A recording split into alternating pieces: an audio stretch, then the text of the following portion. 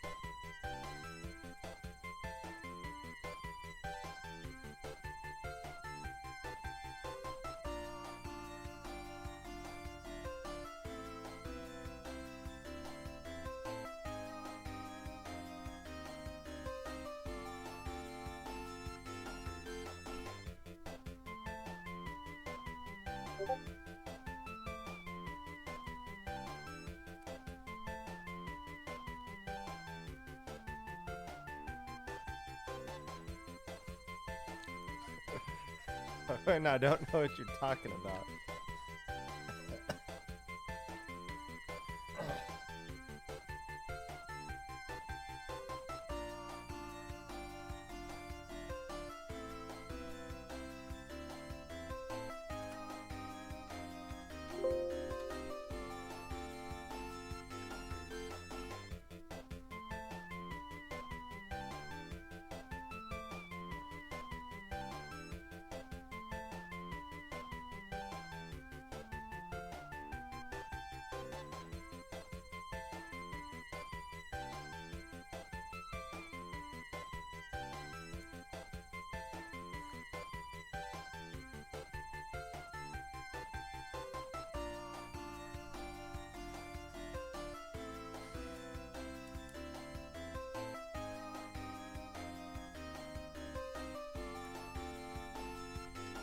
Huzzah to my EU audience who now gets to watch me an hour early for like a week, I guess.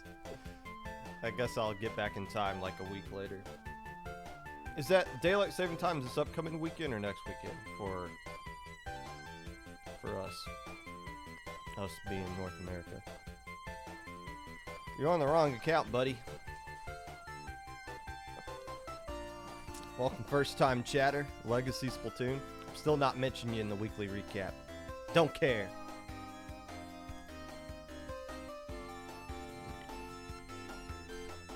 Can't sweet talk me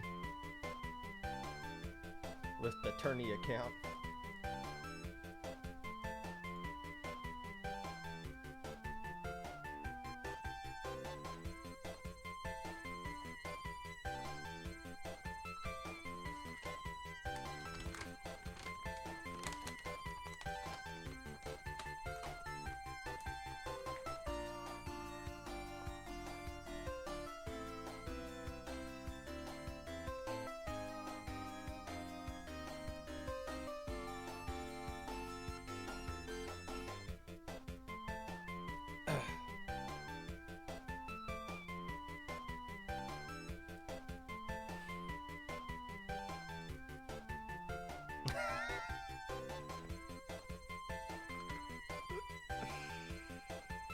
Oh.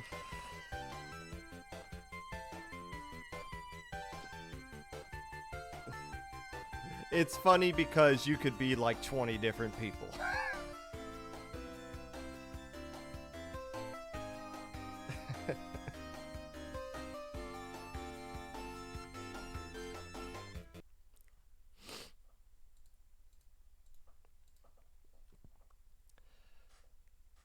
Hello, friends, and welcome back to the Popcast. Whenever you're listening to this, whether it be live or a VOD, Twitch or YouTube, or Spotify. While you are brushing up on your intellectual property law, saying sayonara to your Twitter circles, not knowing who the players being banned by Splat Safety are, thus proving they are jackasses not worth remembering. Whatever it is that you're doing right now, appreciate you taking the time out of your day to listen to this. Unless I don't. Last week, for me personally, I think it's needless to say, it was pretty freaking stressful. From Tuesday on, for reasons that we'll get into in a minute. I do want to give a shout out, though, because I've received fan art over the years that I've been doing this one, and I want to give some props to this, because as much stress as last week was, this honestly made my day. And I got this, or I didn't get it, but this was sent on Twitter by Pogriff. And I instantly laughed as soon as I saw this. I showed it to my wife, and she busted up laughing as well. This is This was hilarious. This is apparently the first of what I assume is going to be 100 different community members drawn in a funny way. Now, it is worth noting that as good as this is, I don't know if it outshines when Amberg did the me eating a turkey leg at the state fair in the spirit of Wallace and Gromit. This one's still pretty good, but it also has nothing on the first fan art, quote unquote, that I ever received back in 2000 from Camo Inc. themselves. Look at that, fiery guy. Look at that's the Sploot Troop logo up top there as well. The current Sploot Troop logo, and that's the old microphone that I used to use, along with the double windscreen situation going on here. So kudos to everyone who's sent some kind of fan art at some point. Those things have always made my day, and the one that came out last week could not have come at a better time. Made the week a lot less sucky. News of tournaments may be of interest to the casual listener to the podcast. Idle, the tournament name that I asked Beta last year how it was pronounced and forgot between now and then how it's supposed to be pronounced. That tournament is taking place this upcoming Saturday. It is a tournament that usually caters to a rule book that is anti whatever the current meta is. So kind of a perfect time for that tournament to come out. It's not supposed to be a changing, fighting the meta kind of thing. It's just supposed to be a fun tournament that shows off things that we would rather see rather than Inkzuka nonstop. The definition of IDYLL is extremely extremely happy, peaceful, picturesque episode or scene. So it's supposed to be a fun time. And hopefully some teams sign up for that. There is a prize pool for it. I don't know exactly. I think it's $250. Don't quote me on that. That's on Saturday. But on Sunday, there's a tournament called 4v4 Sundays. This also, I believe, has a prize pool. Usually a double elimination format. And Dapple Productions, I saw, is going to be broadcasting that event. So in the Beta's Idol tournament is going to be on Prochara's stream, I believe. So lots of good stuff going on this upcoming weekend. Also, I believe Minnow Cup's going on, Tower Control Edition. I think that's this weekend as well. Plenty of things for you guys to do if you're not going to be too busy playing in Ludi or disbanded and you don't want to play in any tournaments anymore. Today, we are going to be recapping Little Squid League number 34 that took place on Saturday. But first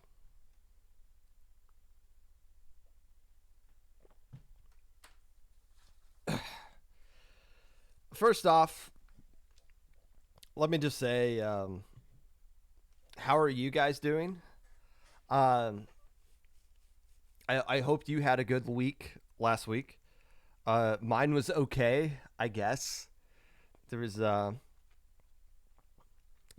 week after Low Ink is usually supposed to be like the wind down week. The week where we just kind of breathe out, sigh, look back over some things that we can improve for the next Low Ink, and just kind of coast and enjoy the rest of things. So Monday was our closing up shop. Did the Popcast episode for this Low Ink, for this past Low Ink. Did a little review session with staff, and then, all right, we'll see you guys back in November. We're done here. Tuesday morning, I wake up and see Jared's tweet, where Jared was basically, quote, retweeting the Nintendo of Japan's tournament guidelines. Jared basically saying, if this ever got brought over to the West, this would be a horrible thing for our entire scene. And I was like, what is this? What is Jared talking about? I was like, all right. So I'll look a little bit deeper into it.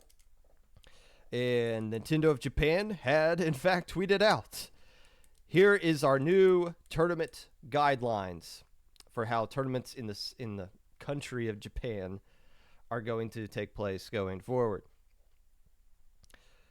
I didn't really know what to make of that. I thought it was bizarre. Was that just the Japan only thing? Was that something that we were going to see, kind of like when Splatoon updates come across, where it's just like each region gets the update at a different time, same update in a different language? Initially, I thought it was just clarification on Japan's esport laws, which none of us really have a grasp of. We just know that, oh, you can't win money in a Japan esport, and they also have other restrictions we don't really have in other countries. I'm not going to sit here and pretend like I know all of that stuff, and I would ask the idiots in chat not to pretend that you know any of that stuff either. But I'm assuming there's going to be a lot of pretending to know things in chat today, which is why you guys are usually known as the idiots in chat. So I didn't really know what it meant, but I did know that this wasn't the end of the world, and to get more information about it, it wasn't be to just fart out something on Twitter, and instead reach out to the people I have, well, respect for in this scene and are usually good sources of information for esports beyond my understanding, because I'm not really an esport person. I'm just a Splatoon person who also occasionally watches Melee majors whenever they take place. So I DM'd a few folks. I was just like, what is this? Is this Doomsday, or is this just a Japan thing?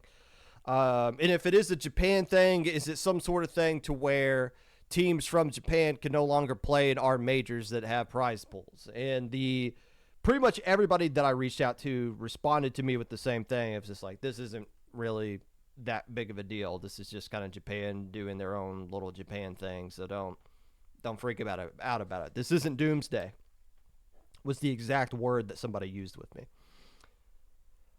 Then, a few hours later, after calming down from that and letting that digest, EU got the same exact post.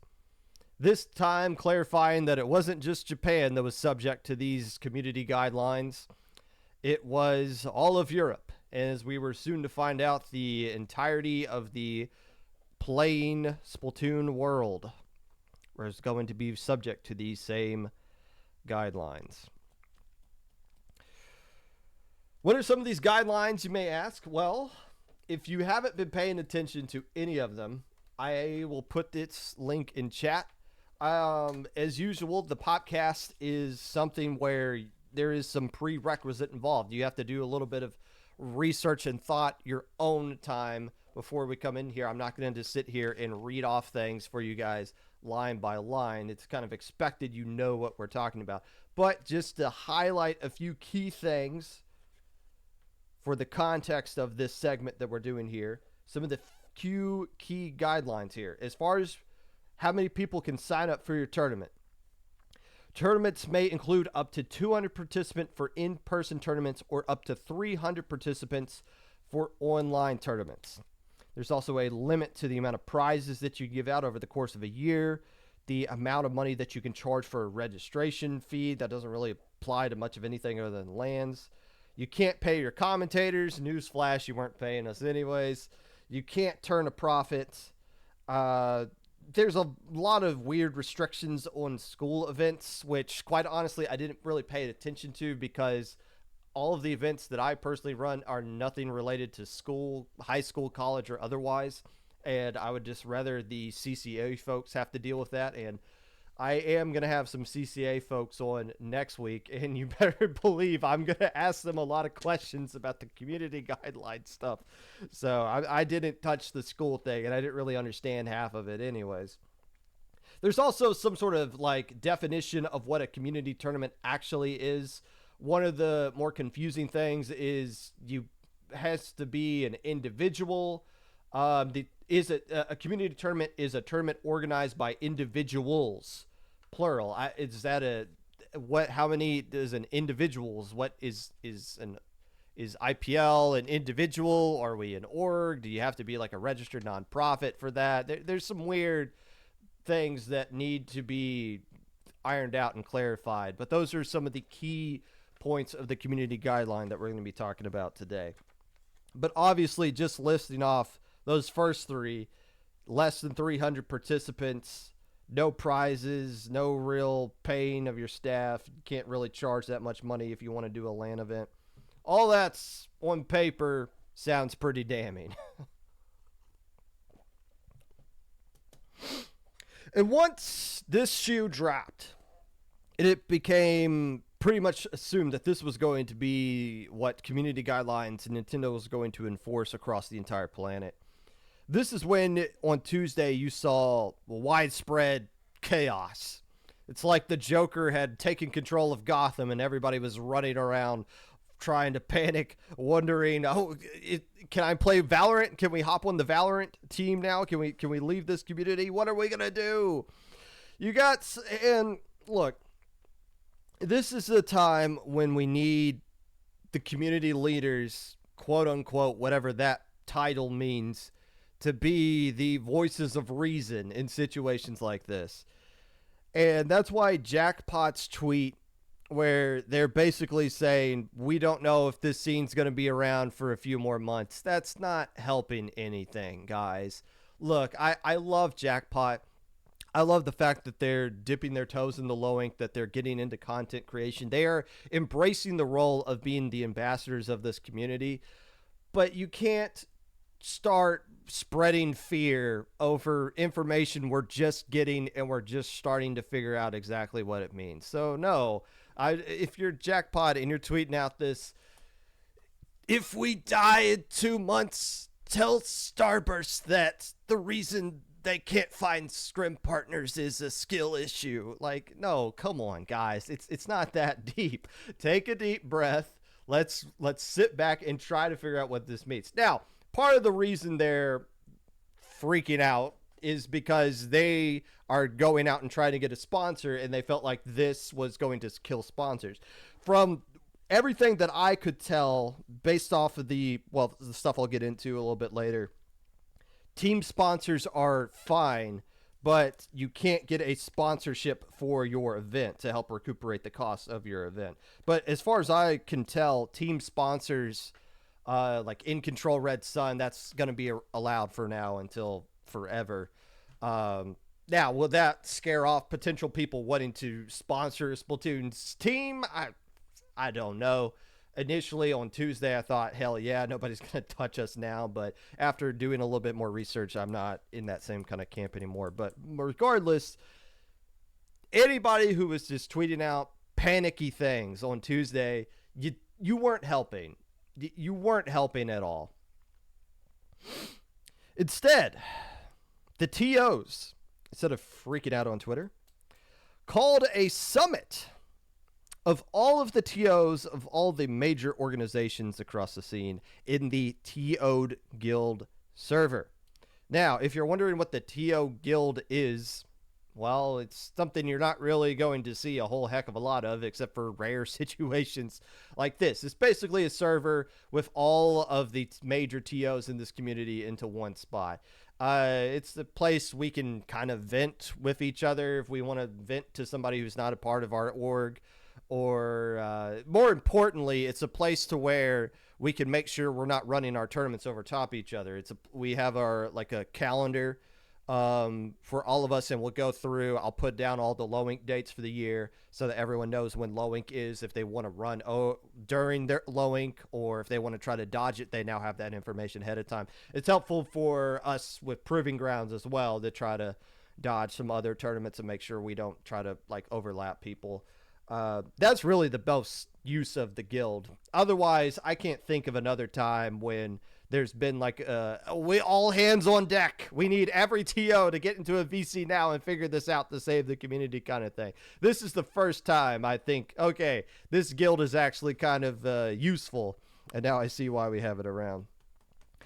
So the vast majority of TOs across this scene got into one VC. And I'm not going to say who specifically because I haven't seen a screenshot of this. I've seen screenshots of this VC being spread around, but I didn't see this person in there, so I'm not going to say their name. But a prominent Smash LAN TO with a lot of experience working with Nintendo was in that VC, basically guiding us through what that community guidelines thing is. And when I say like has connection to a Nintendo represent, like I'm saying they have in their cell phone, they could call that Nintendo rep if they needed to. So this is somebody who's as connected to this that we have in the grassroots side of things. And from the conversations that we had in that meeting is what sparked the response from the TO Guild's Twitter, which essentially said, we're all signing off that we're going to just be continuing to do what we do from now until we decide otherwise. This Nintendo community guideline thing is actually anti-community, and we're not cool with that, but we're just going to keep operating the way we do. The scene's not on fire. Don't be freaking out about that. That was on Tuesday. And all of that took place in a span of just hours.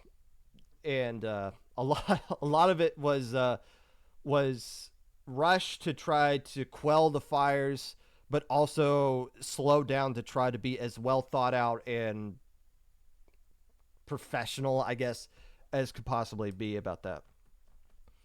Since then, since last Tuesday, basically a week has passed.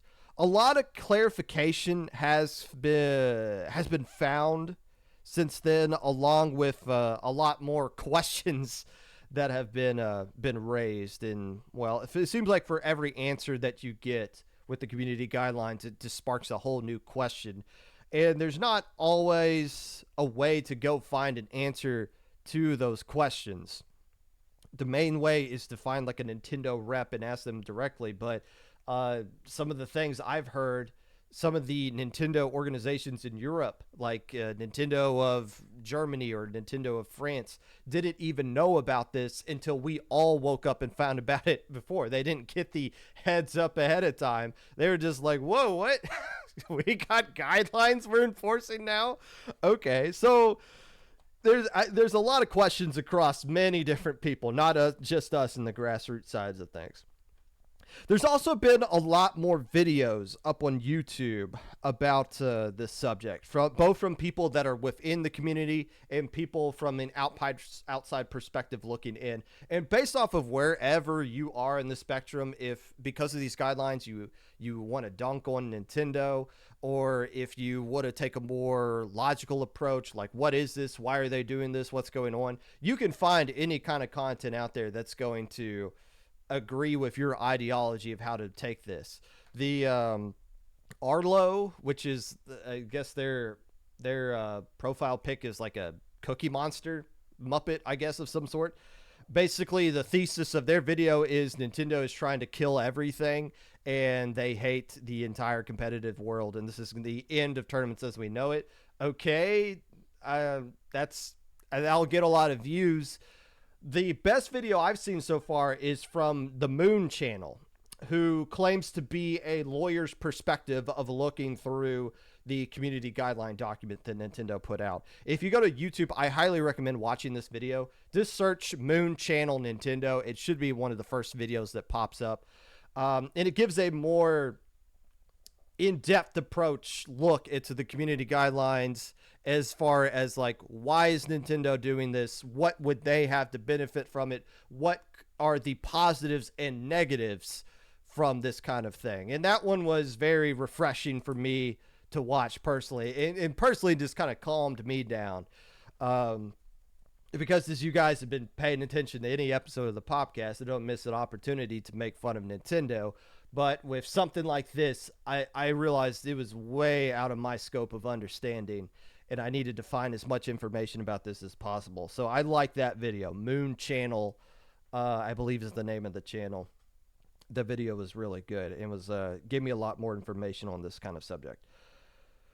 From that, there were several other information that was gained. There was a whole lot of more meetings taking place across many different spectrums of this community of the TOs. And where do we stand today? On Monday, October the 30th, about 6 days after the document dropped. Here is my current takeaways. And again, I want to put a disclaimer to all of this. my stance on these things can change rapidly as more information comes out. There's still a lot of things I have questions I need clarification on, not just me, but several people in this community.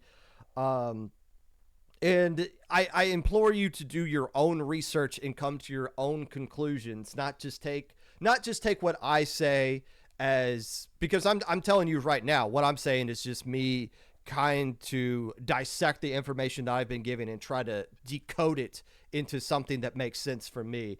I ask that you do that for yourself, and also not try to act like you understand 100% what's going on with this, because there's somebody who's just as confidently incorrect as you, counteracting whatever argument that you're going to make about this in some other context. So grain of salt with that. Here's my takeaways from everything that's been going on. First off, I believe that these community guidelines are more so targeted towards the Smash scene than the Splatoon scene.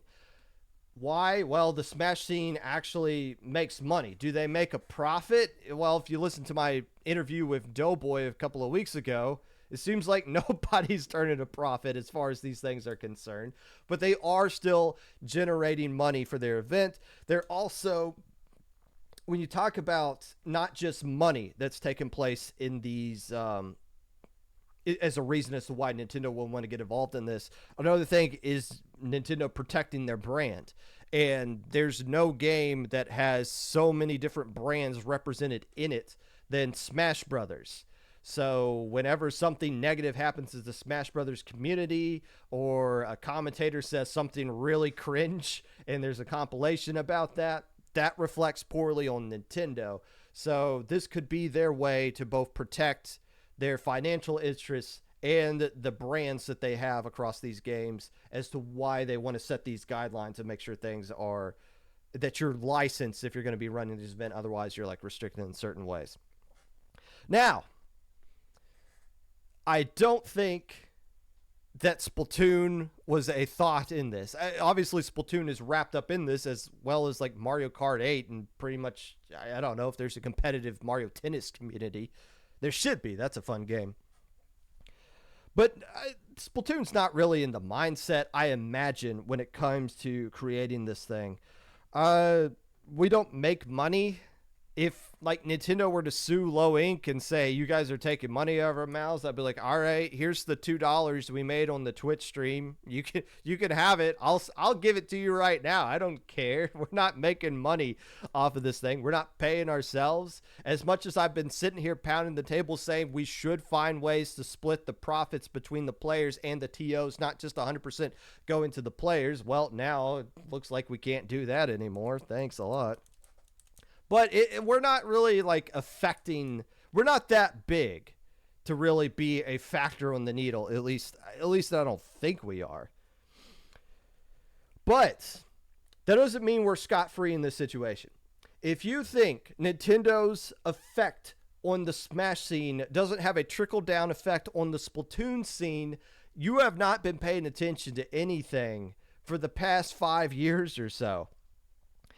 There is no way that we are at Low Tide City, Riptide, Genesis, Big House without Smash Brothers. If Smash Brothers goes away, Splatoon is not at those events. We're not having a standalone Splatoon event at a Kalahari unless somebody's willing to pony up several $1,000s to do that, knowing you're going to operate at a heavy net loss. That's not going to happen. We needed to leech off of Smash Brothers, our big brother, for such a long time to get our foot off the ground. So anything negative that happens to them automatically trickles down to us. And if you don't believe that, I don't know, like, you're just, God bless you. Let's just say that and move on. So our relationship with Nintendo, the Splatoon side's relationship with Nintendo, it's kind of like a 90s to early 2000s drama show. My wife is currently watching Heartland, and what happens in all those shows around like season 2 or 3, the deadbeat dad who hasn't been a part of the family for the entire series suddenly comes back. And what does that dad want to do? He wants to hang out with the family. He wants to get to know all of the older children he hasn't paying attention to, right? And that's kind of our relationship. Nintendo's the dad that's trying to hang out with us and be cool with us, and we're the older siblings that are like, you were never around. We don't want you now. You were never part of our life. You don't take care of our older brother. You hate our older brother, Smash Brothers. So why do you want to hang out with us? That's essentially the relationship we have. They want to be a part of our life, and we would rather them not be a part of our life. Although, I guess at the end of the day, it's not really that big of a deal. They've coexisted running their Nintendo events, and they let us continue to run our events without any hindrance. Well, now it's on paper. It's definitely a hindrance up to this point. So that was my initial reaction to this document, was the same as everybody else. This is a negative thing. This is something that isn't going to help the community. But after doing more research, listening to more videos, this community document thing actually isn't that big of a difference from what literally every other esport on planet Earth is about. Apparently, every esport already has community guidelines that are very much the same thing that Nintendo is putting out right here. Nintendo's appears to be a little bit more strict than others, but still, this is a pretty standard for the industry kind of thing, as far as what I've been figuring out from all the things that I've been looking at here. And again, it's not just profit, but also protecting the intellectual properties of the characters that Nintendo has, as well as all the games that they got going on there. So when you look at it from that lens, it's like, okay, these guideline things kind of suck, but it still makes sense that they would want, as a company, to put forth something like this. And it's not something that's completely out of the realm of possibility that they could do. They've constantly been putting up stuff like this. That put it into a better perspective. And at least now it's out in the open, and it's clear what the guidelines are. So it's not just, whoa, why are they shutting down this event? Or, wow, why did they randomly decide that that tournament needs to be axed? Well, now everything's out in the open. And we know that if stuff doesn't meet the guidelines, that it gets axed. Now, if something got axed that wasn't a part of this guidelines, then you can be like, why are they doing that? But at least everything's out in the open. And that seems like a step in the right direction as well.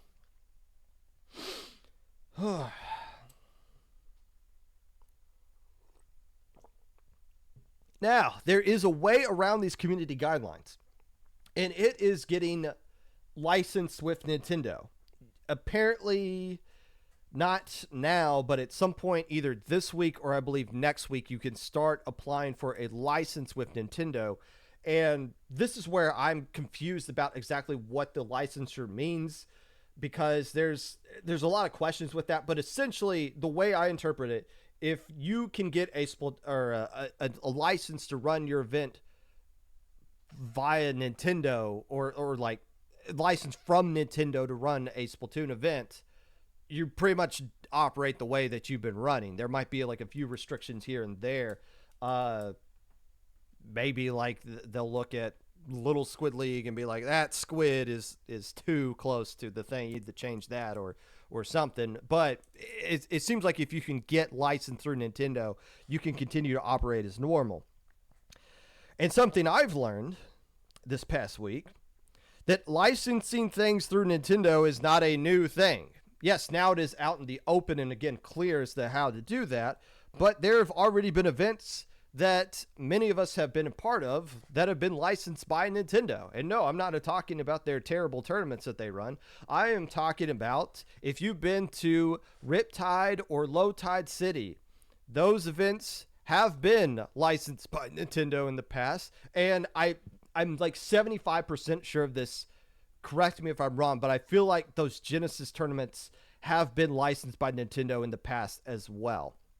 Another thing I've kind of learned, just by some of the conversations I've had this past week, apparently one of the reasons why Splatoon has been sought after to be a part of these Smash events is because, as far as getting a license from Nintendo is concerned, if you have Splatoon at your event, Nintendo loves that. And Nintendo is more likely to give you a license if you have Splatoon present. So, being the favorite child of the 90s sitcom dad, that's got a little bit of advantage for us. It's a mutual benefit. Hey, we get to play at your event, and you get to use us for your licensure application, and it's a nice little handshake agreement between the two communities. That's something I learned I wasn't really aware of. But that's a nice little benefit, I guess. But the licensing thing isn't new. But the process that everyone's been talking about as far as the licensing is concerned is to get a license from Nintendo has been extremely frustrating, confusing, lengthy in time. And if you're, I'm assuming it's kind of like a Twitch partnership. Hey, I met all the requirements. Does that mean I'm a partner for Twitch now? No, we just decided you're not, and we're not going to tell you why we're not making you a partner. We're just try again in 30 days. Okay. That'd be helpful if you give us some information, some feedback, a little bit more of a quicker response as well, so that we can get these things fixed in an orderly time. Now that we got all this information right in front of us, what are we missing? Let us know. So now that there is a, I guess, spelled out way as to how to go about and get a license, and some of the reports from last week said that the Japanese tournaments that applied for a license got their applications approved the same day, which I don't know if that means it's going to be that same kind of swiftiness is going to translate to Europe and North America when at some point in early November the application form becomes live for us.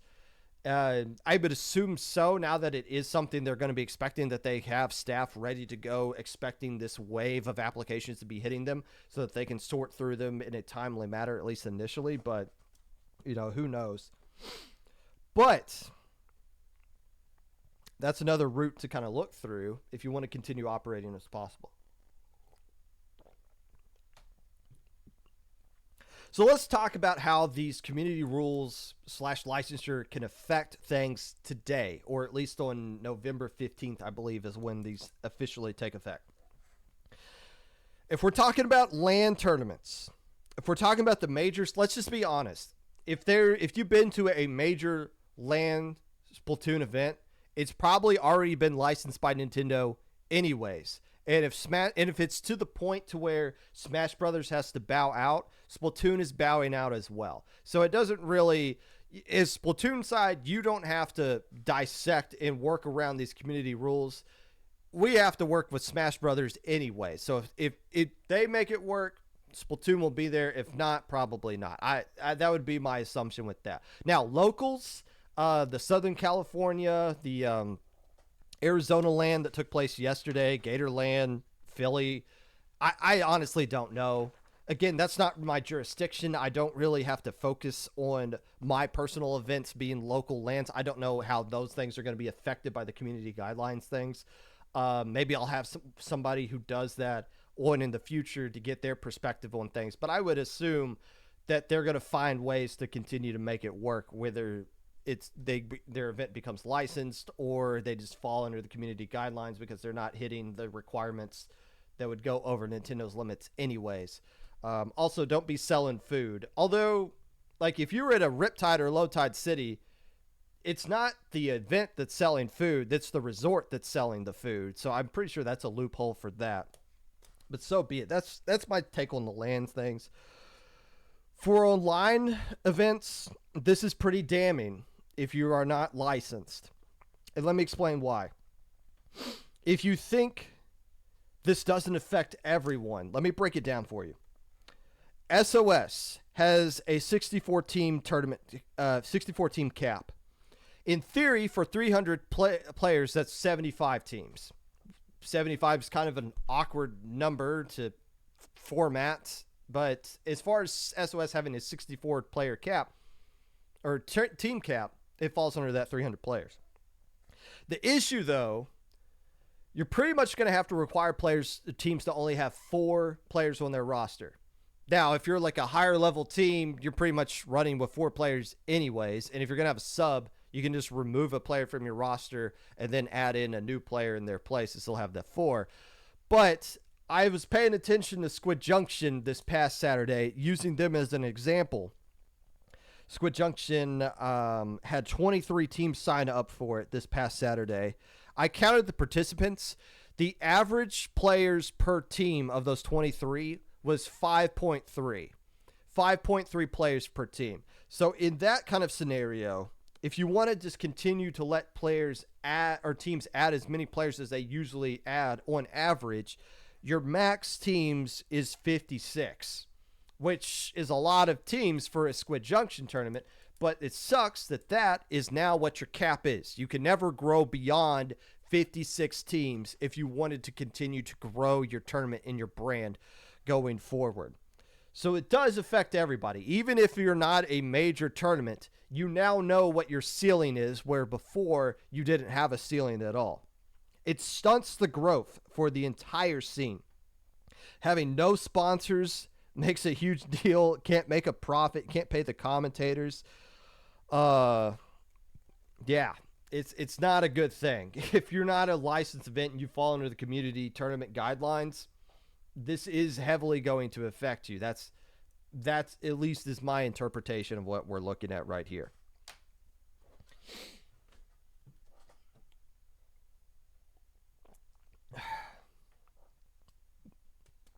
So the way I see it, every tournament organization, standalone tournament, has a decision that they have to make in the coming weeks about what path they're going to go down to. It's kind of like we're playing a Final Fantasy game, and we get to pick whatever our class is going to be. But when you pick a class, it's going to be very difficult to pick something else. So the first thing that you can do, the first path you can go down, is the path of the Paladin.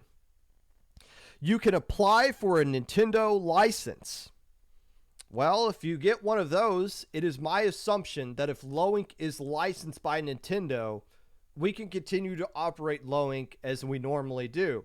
Versus if we don't get licensed by Nintendo, Loink is the most screwed over tournament of them all. Now you know why I've been extremely stressed for this past week. But if you can get licensed by Nintendo, based on my interpretation of things, there's seemingly little to no changes as how things can go. You can just keep moving on as we always have. There's been reports already of some events that are much bigger than Loink that have already gotten approved for a max number of participants. This is way more than what we would ever need in Loink. Again, we're getting about 1,000 players for every Loink now, but I've heard of upwards of 2,500 being approved through some licensure thing. So we would be fine if we can get that. The problem is we haven't seen the form yet. Again, that comes live in either this week or next week. I don't know anything about a fee, if there's like a fee for licensure or application. I did try to do some research with some of those other esports like a Rocket League, Valorant, League of Legends. There's countless other esports that have community guidelines that require licensors to do their tournaments with their events. I couldn't find exact information on fee, so I don't know if there is a fee, if it's substantial, or if there is no fee at all. I know zero information about that, and those are some questions that I would have. And a lot of that information, again, isn't readily available. I believe you can only do 10 series of a tournament under a licensure, and then at that point, do you have to reapply? Can an organization like IPL just apply for one license, or do we need a different license for every single tournament that we run? There's a lot of questions that go into that. So it's not just a simple thing. And now this could be a month from now, I might have a different tune. Be like, yeah, these license things great. Everybody's apply for it, and we're just hunky-dory, just move on as normal. But at this time, there's just too many questions. But that is a route you can go down. That's route number one. Route number two. Let's just call this the mage route. I don't know, because you're going to have to pull a lot of crap out of your butt if you want to make this one work out. The second path TOs can go down is to conform to tournament guidelines. Now, If you go down this route, I want to make this clear. If you go down this route, it is not a death sentence for the scene. We can still operate, believe it or not, within the community guidelines if every single tournament had to conform to that. It would suck. It would not be fun, but we are inventive enough to find loopholes around to where we can make this work. Oh, would we still do low ink the way we do normally do it? Of course not. But could we find a way to where here's a tournament for this skill range? Let's make a bunch of multiple different low inks, if you will. Now, you can't do them on the same blocks or stuff, but this weekend we're doing low ink for this much more niche skill cap of 64 teams. And then this niche skill cap of 64 teams. You can find a way for every single week to where you do a different tournament for those widespread teams that play in low ink. We could find ways to make it work. It would not be easy, but we can do it. You guys are going to have to adjust to a lot of things. You're going to have only 4 players on your teams. If you're going to have 5, you're going to have to be like really good friends with a TO to even get 5 players onto a team. It's going to stunt our growth. It's going to prevent us from growing at all. But I want to make this clear. If for some reason we go down the path of conforming to community guidelines, the scene is not going to die. Nothing is going to stop this train. Nothing. We are going to find ways to make it work if we get that path. And now, there's the much more spicy route. The third option that you can go down if you're a TO. You can get a licensure, be a paladin, conform to good immunity guidelines, be a mage, or you can just say, screw all that. I'm going to be a thief, and I'm just going to do whatever I want to do. I'm just going to keep running along like nothing ever happened. Nintendo isn't going to come after me. I'm not making any money. I'm not ruining their intellectual property. I'm not doing anything wrong. I'm just going to keep running forward. And, well, I guess, the theory is there are thousands of tournaments that uses Nintendo's properties to make events. It doesn't have to be the big Smash tournaments. It could be dozens of Smash locals in your dorm, in your dorm room, or at the local gaming hall, or wherever. There's dozens of events, thousands of events across the entire planet. Is Nintendo going to hunt down like Darth Vader looking for the Jedi and take out each one at a time? Probably not. And this is also, there is a line in here somewhere that basically says it's at Nintendo's discretion as to how they want to handle these things. So they could look at something and say, that falls out of our scope of what a tournament of our guidelines, but we're not going to do anything about it because who cares? It's not harming anything. You could play that route. And also, here's my question. 300 participants, what does that even mean? There's some debate that participants could be teams and not players, but this is where Dapple Productions, as much as I talk crap about them for using Challenge, this is where they get the last laugh on me. If you sign up for a tournament in Challenge, the participants is the teams, not the players, because Challenge doesn't have players on it. If you want to find out who played in what tournament for Triton Cup, you have to go to the Discord server to see what the roster is. And if I'm playing in Triton Cup, from now on, I'm only putting 4 players on that roster, and I'll DM the TO in secret and be like, hey, I also got this player playing for me, this as well. Like, Challenge seems to be like the loophole for all of this nonsense. Well, I mean, Frostburn won this tournament, but how do you know they even had 4 players? It could have just been Blushling 1v4 in everybody. We don't know. We didn't keep records of all this stuff. You didn't say we had to keep records for this stuff. So, yeah, if you want to play that game and just say, whatever, let's just keep running the way we normally can, be the thief class. You could. Keep in mind, though, at some point, you might get that DM or that email from Nintendo. And going up against Nintendo is not a fight any of us can win. I like to sit here and make fun of them week after week. I'm not getting into a battle with Nintendo. It's like the Lord of the Rings when they get to the mines of Moria and the Balrog starts showing up and Gandalf's like, this foe is beyond any of you. We need to run. Nintendo is a foe beyond any of us, with more money than all of us combined and then some. We're not winning that fight. So if they eventually come after you, the thief, and say you need to cease and desist, at that point, you're ceasing and you are desisting. And if you apply for a licensure, who knows if they're going to be on your good side to automatically approve it or not. So those are the three classes we get to decide on what to do.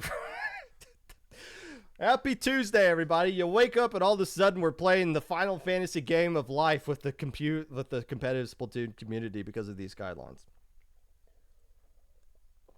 I want to make it clear.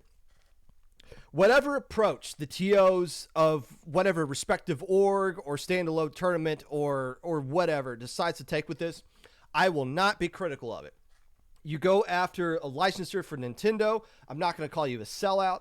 If you go just fall under the community guidelines, I'm not going to call you a pushover. If you continue to just steamroll and run your events over and over again the way that they're supposed to be running, even though you're breaking every guideline known to Nintendo, I'm not going to call you a jerk. Everyone has an individual choice that they have to make to go through with this. This community is not united at the point to where we're all going to take one stand together. At least I don't think we are at this point. So I'm not going to be critical of what anybody decides to do with it. We all have to make decisions for ourselves. And I ask that you do the same in the coming weeks when everybody's going to be making that decision. My hope is this. My hope is that the licensing is the correct path to go.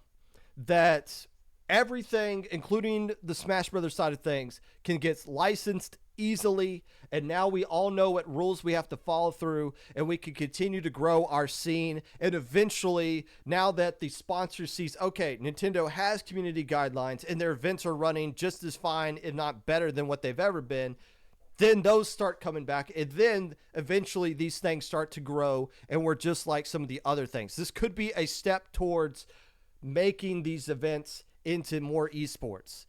It's frustrating initially seeing this because we're so used to, especially watching Nintendo with how they treat Smash Brothers, punch them over and over and over again, to where when they're not throwing a punch, we're still flinching. We're still kind of in that mindset of, what are you trying to do to us here? We're used to you kind of bullying us here. Could this be the olive branch we've been asking for all along and we don't realize it? I honestly believe it can be. I reserve the right to change my mind, but I'm not going to change my optimism that this could be a step in the right direction. We'll find out a year from now. This could be just something we were completely wrong about and overblown about. I hope that is where we're at. And I'm going to continue to be hopeful for the time being. Frustrated, confused, yes. But I'm still willing to give it a chance.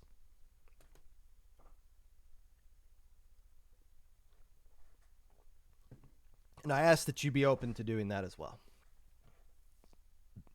A few highlighted messages we'll get to. The unfortunate thing that I was also super guilty of is that when well-known Splatoon folks were going doomsday on Twitter about it, especially with the new guidelines, we just end up envisioning the worst case scenarios.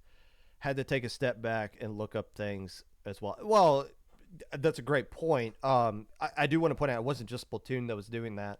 I mean, Hungry Box went on this rant about they're gonna have to drag me out of this building before I remove my tournament that has crypto as the prize pool, and then the next day removed his tournament that has crypto as the prize pool. So it's not just Splatoon that was freaking out.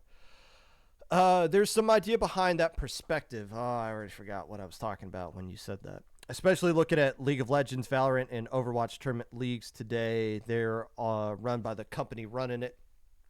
It could be a step forward or a step backwards. Yes. Yeah. And again, I don't know much about like other esports community tournament guidelines. Like, this is all stuff I'm learning. as we go along. And again, I would Moon Channel Nintendo. If you just search that on Google, there was a great video, very sobering about this entire topic, and put it more into perspective outside of this little Nintendo bubble that we're in right now. My concern is that when Nintendo grants you a license, are they going to threaten to take it away over the smallest thing they don't like? Well, possibly, but I mean, why have I called Nintendo overlords? Because at any point they can just beam down and destroy us all if they wanted to. They don't have any incentive to do that. And now that everything is spelled out, I see this as them coming forward and saying, this is what you need to follow, and we're not going to come down and beam you out. And also, these are guidelines. Remember Pirates of the Caribbean? You know, that rule that you're trying to use, those are more like guidelines to us. We can follow them. We don't have to, kind of thing. I think I'm willing to give, beyond past experience, the benefit of the doubt that this is Nintendo's way of saying, here's what you need to follow. I don't think they're going to just screw people over that have been a part of that. They didn't shut down Squid House when that happened, a $25,000 prize pool given out to 4 teams. They let that ride. And this also put us into perspective. I talked about the Low Tide City last year, how they had a Nintendo rep at that tournament. And I was like, why is there a Nintendo rep here? Are they looking to do anything or whatnot? They didn't really make their presence known. They were just kind of there and then vanished. Now we know why. It's because that event was licensed. They were probably just there to make sure, okay, everything that's going on here is falling within our guidelines for how this works out. Yeah, I'm Epic Pikachu. I get where that mindset is coming from. I'm still optimistic that this can be a step in the right direction. It was almost an hour. We got to blaze through some other stuff here.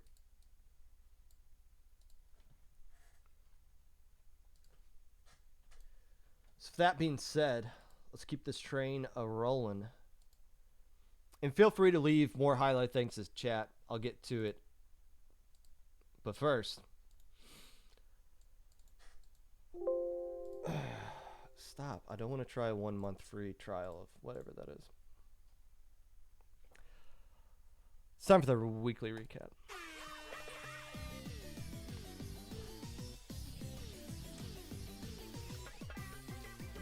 Squid Junction number 54 took place last Saturday. It was won by Nightmare. Notice they weren't Sway Nightmare, because I guess Nightmare disbanded unless they didn't. Very Tenderloin took second place, and Free Dart Monkey, another Bloons Tower Defense reference, taking third place. A lot of people thought I don't get what Bloons Tower Defense is. You guys realize I was playing that in college long before you guys ever were, like Bloons 1 and 2. Now, I know 6 is way more complicated. I don't know if anything comes after that, but don't sit here and act like Bloons Tower Defense wasn't your thing. That got me through a lot of boring days in college. In class, maybe. 23 teams played in Squid Junction number 54. Likely, a lot of tournaments added a lot of dips in registrations over the past couple of weeks. I'm assuming Ludi / Ludi burnout has led to the lower registration numbers for that. SAC qualifier number 3 was won by Elongate. Demolition, taking second place, in Half-Life, rounds out your top 3. Only one more tournament remains to qualify for the final events of whatever season number that we're currently on that I haven't been paying attention to number-wise. Silver Bracket was won by Persistence, a team that is very persistent and has played in, I believe, every single SAC season known to mankind. Sunset Surge number 2 took place yesterday. It was a local LAN that had 16 in it that was held in Surprise, Arizona. No, that is not a joke as I originally thought it was. There is an actual city in Arizona called Surprise. Okay, I guess when we got that far out west of the country, we just stopped giving a damn about what we name cities. So there you go. Surprise Arizona hosting a LAN. It was won by That's It, I'm Getting Me Shiny, which was a Kingmaker Shiny pickup. The Neutron Style took second place, and Missing Ink rounds out your top three. This was hosted by Pepe, who I've been suggested should be brought onto the podcast at some point, so maybe we'll do just that in the future. Else we don't. CCA week number 4. In Division 1, we're looking at the University of Texas at Dallas getting a 4-2 win over Cal Poly Pomona. The University of California Davis got a 4-2 win over the Illinois State University. In Division 2, University of Texas at Austin beat the Boiler Up Purdue team 4-3. San Diego State University didn't sweep the Sooners, but they beat the Sooners of Oklahoma 4-2. In Div 3, Kutztown University, that can't be real. Got a 4-3 win over the Rochester Institute of Technology. California State University Fullerton got a 4-2 win over the Illinois State University. In Division 4, Kansas State Wildcats got a 4-3 win over the Washington State Cougars. And the University of Georgia got a 4-2 win over Penn State. In Div 5, the Blue Raiders of Middle Tennessee State University got a 4-3 win over Utah Technical University. And Clark University got a 4-2 win over Bradley. In Div 6, the University of Florida chomped their way past the Missouri University of Science and Technology 4-1. And the University of Houston beat Kutztown 4-0. Why they send me a 4-0 sweep? Still doing their podcast on Thursdays at 8 p.m. in Eastern Time in their Discord server. I'll make a mental note of that. Maybe eventually I'll listen into that because I do like the CCA, and we'll have some more CCA stuff coming up next week, so stay tuned for that. In Ludi, Div 3 matchup, the Starmobile got a 5-4 win over the Grillers. In Div 8, Cosmic Slushy got a 5-4 win over Jellyfish Jam. Div 4, Zero Luck found luck against Mylag Paradise 5-3. Div 10, the Bloop Troop, they always stick together, getting a 5-4 win over the Kinsaroos. And Div 1, A2P 5-4 over Octopi. In the NFL, the Rams collected their paychecks against the Cowboys, losing 20-43. Steelers got back on track with a 10-20 loss to the Jaguars. The Chiefs lost 9-24 to the Broncos for the first time since 2015. And that was your weekly recap. Sponsored by Paddling Pool and Triton Cup. There was a discussion in my Discord server today about why I never talk about Paddling Pool and Triton Cup. It's because they use challenge, and it's difficult to find exact information of who won what in those events. But just because I don't cover Paddling Pool or Triton Cup here on the weekly recap doesn't mean they are not great tournaments that have been running for a really long time. Paddling Pool is the longest running tournament in this community, and they do a fantastic job of running it. So I do want to give them a little bit of shout out, even though I don't want to spend time digging through Discord to figure out who played on Team Sir Farts a lot or whatever. Paddling Pool and Triton Cup, the official sponsor of today's segment of the weekly recap.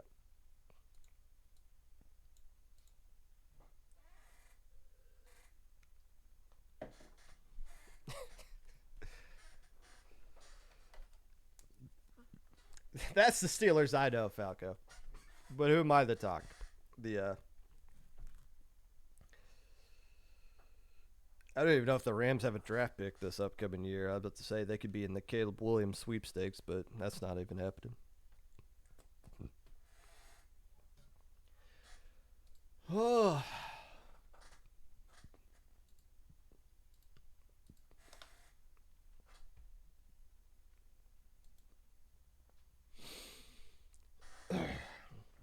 Little Squid League number 34 took place on Saturday.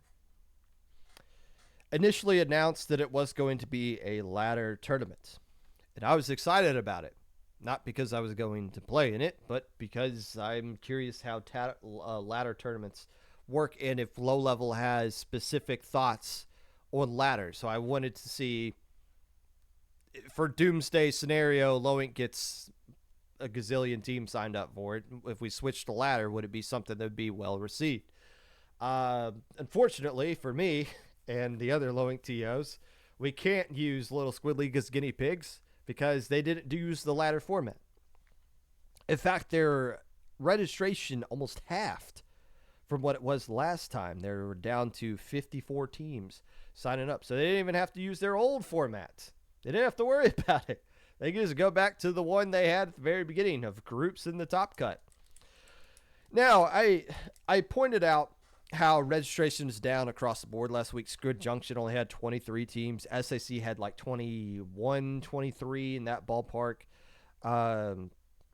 Like everybody's having less teams. This past SOS was the first SOS in a long time where they didn't hit over 64 teams in their tournament. So this isn't like a Little Squid League having less people sign up for their event. This isn't some reason to be panicking about. This is just across the board, late into Ludi season.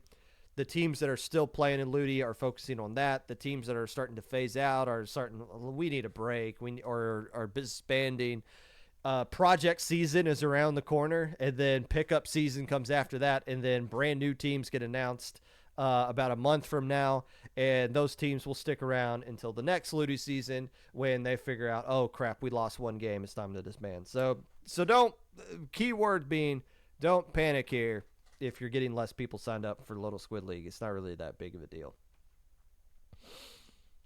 And I also don't think the ladder scared off anybody. I'm genuinely curious what low level thinks of ladder. I feel like that's something they would love.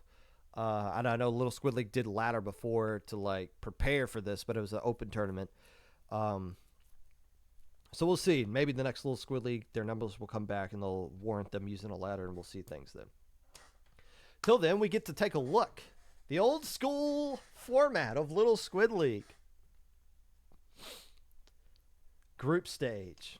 We're going to go down group by group, silver, gold, and then we're going to go see what PJ and the wife are up to before they got to slink off the bed. First off, there's not really a lot to talk about here in some of these groups, so we're going to just speed run through it. Group A, what the hell happened here? This is one of those weird circle of sucks where everybody beats somebody, and then it's a tiebreaker to figure out who should go in over another. All three of these teams, I believe, from what I saw, moved on to gold bracket anyway, so we're just going to skip that group. Group B, nothing really of note here. I believe this roughly finished the way that it was supposed to be, so moving on. Group C finished basically as scripted as well. Octoplasm, Villain Academy, Hot Cocoa doing what they were supposed to do. Group D, Ink Baked took a spot over this one. You'll notice in these group stages, the tournament's actually seeded, which is something you don't typically see in low-level events. So you got teams that were seeded to make gold brackets, teams that were seeded to make silver. I try to point out teams that play above their seeding, not as like how could the TOs not seed this team correctly, but as a team that popped off, did better than what anybody would expect them to do. It's worth noting. Inkbait A was one of those teams that did just that as they went to gold bracket out of Group A or Group D. Group E pretty much finished the way it was supposed to as far as seeding is concerned, even though this team dropped here. So moving on. Group F, hook, line, and sinker. This team I always point out as one of the teams that always makes gold bracket, but never gets the job done winning the tournament. It seems like they're constantly getting upset. Well, this time around, they got to upset themselves. They swept Star X 3-0 and found their way to win this group. Now, they still didn't win the tournament, spoiler alert, but it's nice for them to become the upsetter as opposed to the upsettee that they've been for a while now. Star X still found a way to make gold bracket. Group G, nothing really exciting happened here. Rocket Squids technically upset non-binary fuss, but they were both supposed to make gold bracket anyway, so they're able to do that, just switch their seating around. Group H, oh my goodness. Oh my goodness. Half the teams dropped in this one, and I assume they dropped afterwards because Stars Squid Squared technically scheduled, or it could be a thing they dropped after round 1 and then they played this team in round 3 and they got the auto win because they dropped first or something. I don't know. This is just a weird. Okay, Moonstars, you're the last team standing. You can move on. Same thing in Group I. 2 more teams dropping here. With Scooby-Doo, of all people, sandwiched in the middle of this one. But Low Quality was scheduled to win this group anyways, and they did just that. Group J, nothing really crazy happening here. Curse of Ash Baby. I don't know who Ash Baby is or why they're cursing people. Let's try not to do that so close to Halloween. You're going to cause some weird stuff to happen. Group K. Now, this is where the exciting stuff starts to take place in the group stages. Group K. Sea Storm was the surprise of this group. They were seeded 46 in this entire tournament, and they ended up going 3-0, sweeping everybody in their group. Category 5 finished at the bottom here. I think they just had a bad day. They went 3-3 in low ink, which is really impressive to do as a little Squid League team. I guess just kind of ran into some monsters here in this group of teams that are pretty well established. 0-2, I think, has been around. That's not a name. I know Big Bagel. I've heard that name before, and obviously Sea Storm playing well above their seed. So I wouldn't think too badly about Category 5. Just a bad day. Group L, Sliced Bread, was seeded 40th in this entire tournament, and they ended up winning this group 3-0. What could be better than Sliced Bread? They got a 2-1 win over Insecure Connection, which was the team that was scheduled to win this group. So they stole a spot from Angel Inc. and Jellyfish Jam. Jam their way on to doing something else on Saturday, it looks like. Group M, down here at the bottom, Floral / Refi. They won this group as the 41 seed, I believe, overall. They were much better than Biden Blast. Actually, they swept their way. They 9-0'd this entire group. No drops, all pure wins. So nicely done to them. Biden Blast, scheduled to win this group, moved on to a gold bracket anyways. And finally, Group N. And last time they did all these group stages, I don't recall them having all the way down to Group N. That is a lot of letters. But this is the most interesting group by far. Shipwrecked played well above their seed, find still a way into the gold bracket here after beating the Glitter Gel Pens. But the Glitter Gel Pens and Kiwi Ice Cream, if there was a stream, this tournament would have streamed this match, Kiwi Ice Cream and Glitter Gel Pens, because they're seeded like 14th and 15th respectively. And it did go to a Game 3 tied 1-1 heading into that Game 3. Kiwi Ice Cream, just ice cream better than glitter, apparently. And there was the difference in that one. But clearly, these bottom groups in any groups where there's a seeding is always seeded to be the most competitive amongst all 4 teams. So it proved to be just that. So there you go. Let's take a look at Silver Bracket.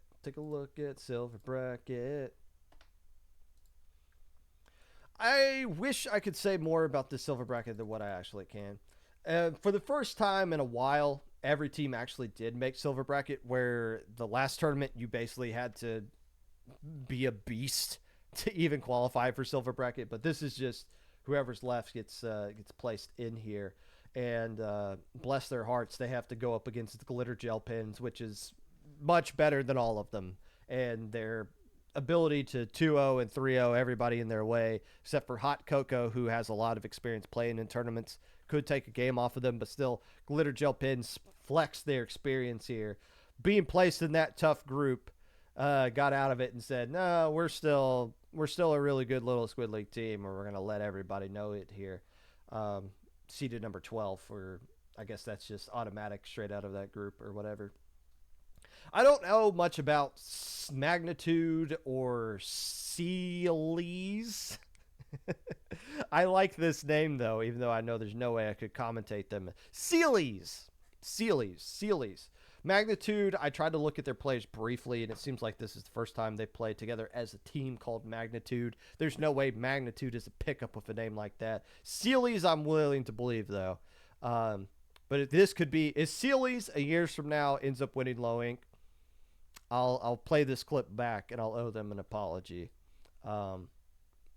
But that has to be a pickup name with that team name right there. That's all I really got to say about Silver Bracket.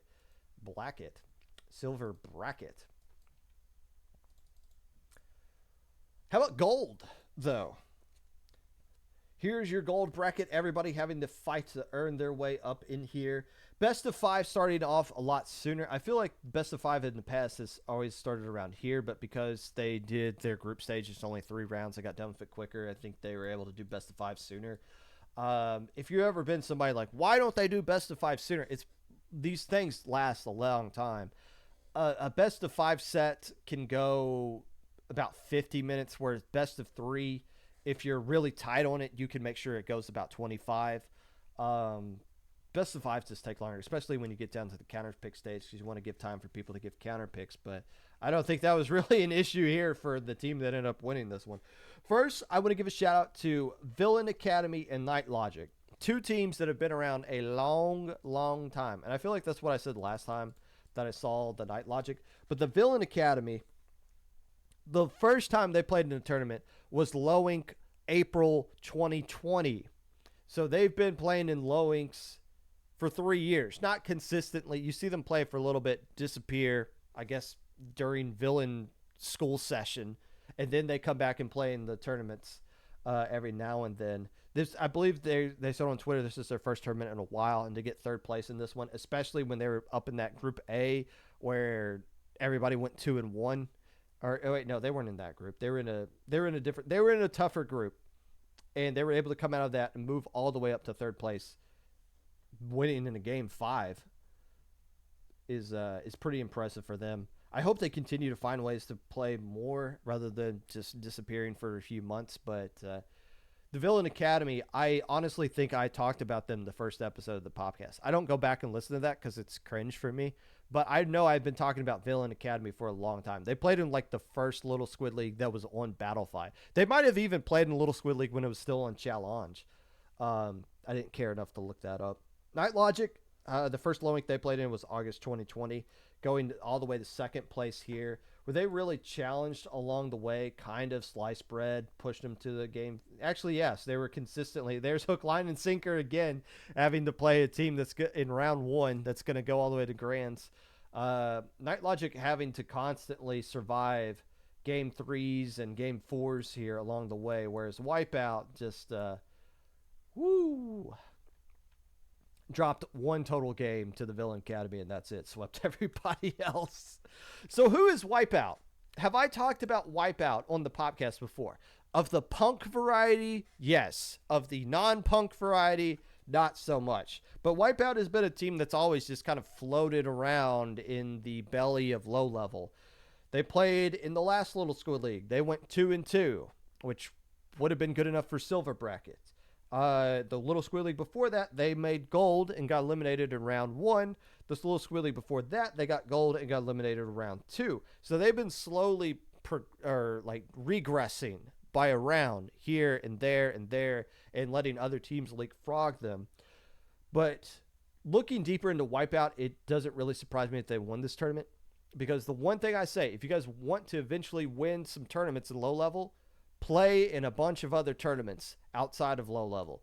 But Pop Gun, what if I do good enough to get banned? Well, good. You can go off and become the next Octopi or Sia, or almost said a Karyoku. I think they disbanded, but you get my point. You could go off to become a better team quicker, and you can prove it other than just sticking yourself for years in low level. But if you are a Little Squid League team and you play in other tournaments, you're going to be just fine. You're not going to crush teams that are going to get you banned from Low Ink. And if you do, that's a great thing. But Wipeout plays in pretty much every single Low Ink, Little Squid League. They played in Mode Cup multiple times. I got them at least 2 Mode Cups. And grinding pretty much every single Little Squid League. The more you guys play in tournaments, eventually it's going to lead to success. And Wipeout has been grinding and pretty much made this tournament their biatch with how they whipped their way all the way through this. I didn't watch this. I know there was a stream again on the Discord server. I joined it. I couldn't see the link to the stream, and then the baby started crying. I was like, the hell with this. So I don't know anything about this set, what kind of weapons they use. So I haven't seen Wipeout play yet.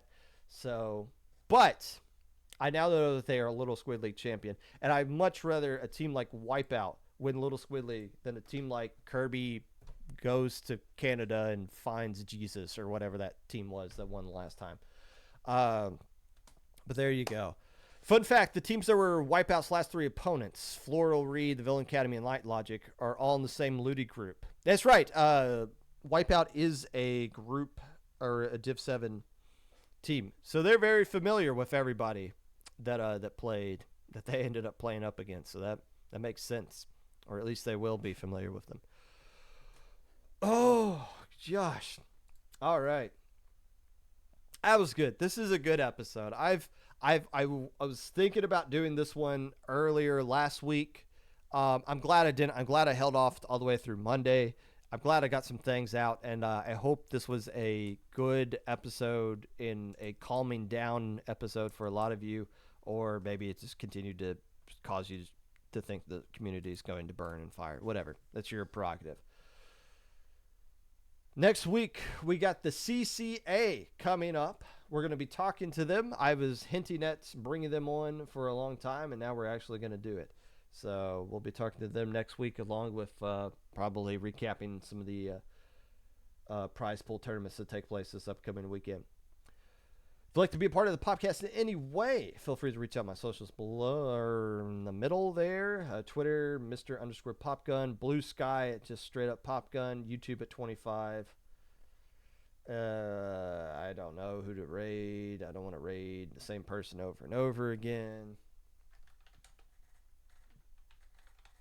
We'll just go with this and see what happens. Between now and then, yes, let me...